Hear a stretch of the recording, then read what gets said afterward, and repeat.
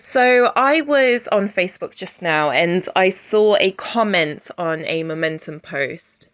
I'm not a big Momentum person. I'm not a Momentum member or anything, but I do follow them on Facebook because I want to see what the left Momentum is saying because they represent supposedly a certain section of the Labour Party. People like to box people in and say these types of people are Momentum followers, etc.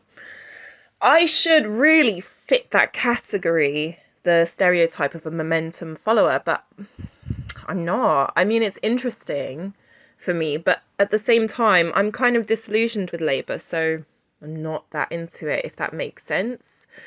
Um, what was I going to say? Yeah, but I do follow them, and the discussions that go on underneath the posts, they are very interesting to me because you get a lot of right wingers who come in, conservative voters who come in. They're usually older as well, middle aged and up, and they come in to put their points across. And I always wonder to myself why.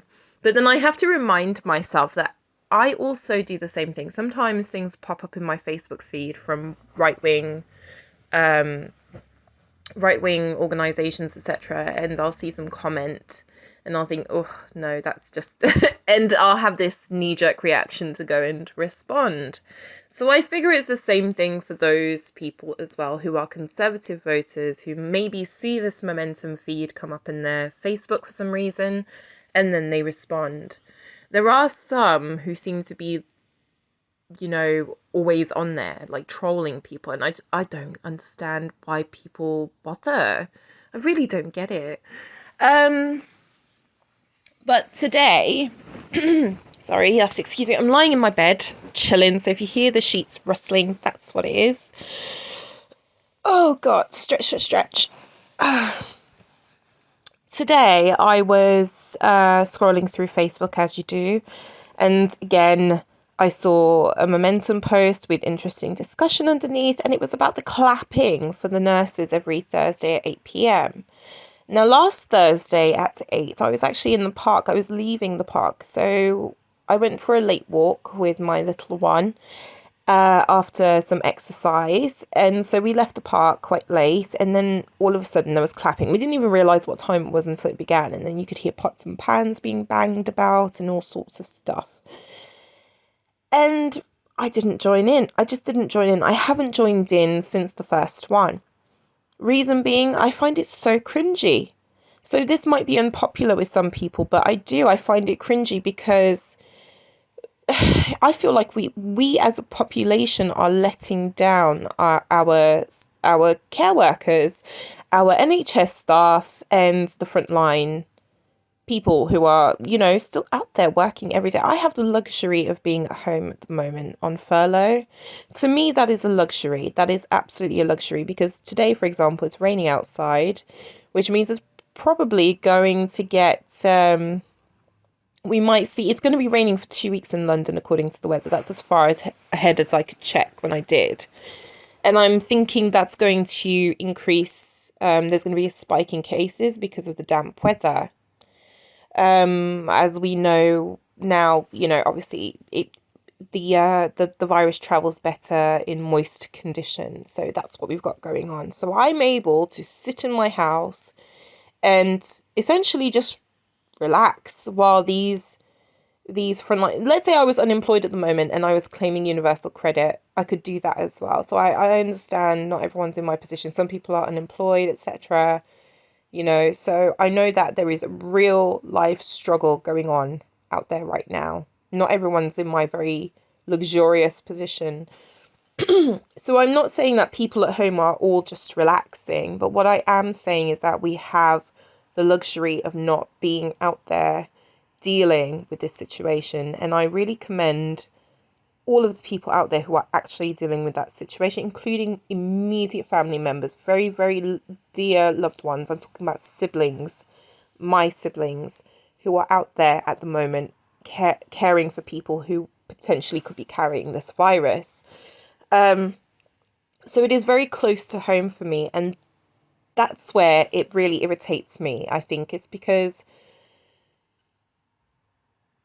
I mean, that's where this emotion comes from, where I cannot deal with this right now. With the clapping every Thursday, it makes me angry. It makes me cringe.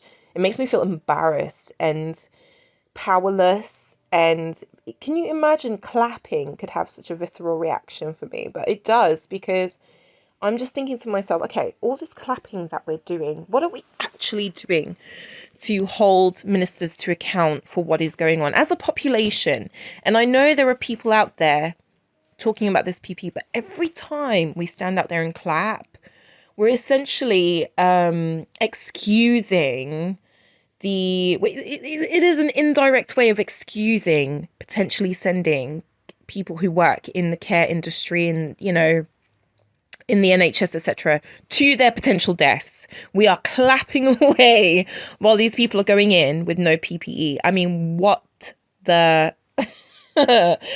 We should be having a moment of silence every Thursday evening. Every Thursday evening should be a moment of silence for the people who are dying, not clapping. I mean, I'm sorry, that's just how I feel, and it might be unpopular, but I'm not here to feel better about what the situation is. That Thursday night clapping is there to serve one thing, which is like to make us feel better, us at home. We're all going to sit in our houses and clap, but we're not actually dealing with the situation directly. I'm not saying everybody's in that position, because, as I said, I'm indirectly affected because my siblings are out there dealing with this. But um, I don't think people are really realizing what they're clapping. These people did not sign up to go out into the world to help and heal people without the backing of their government, without the things that would help them feel safe too. And I think it is, I mean, I know that doctors and nurses and care professionals, etc., they take their responsibilities seriously. They swear an oath, they go out there and they do what they need to do. But how can, in this modern day and age, when we know that they need these particular specific resources to go out and do that, to save their lives, how can we as a nation possibly stand and clap every Thursday night knowing they don't have those things? I'm sorry, it is just inexcusable. We all know that doctors, nurses, etc., carers, whoever else is out there dealing with this in hospitals, in care settings, in health and social care settings, did not sign up to have a government fail them in this way. Yes, they signed up to help people, but not without society supporting them to do it.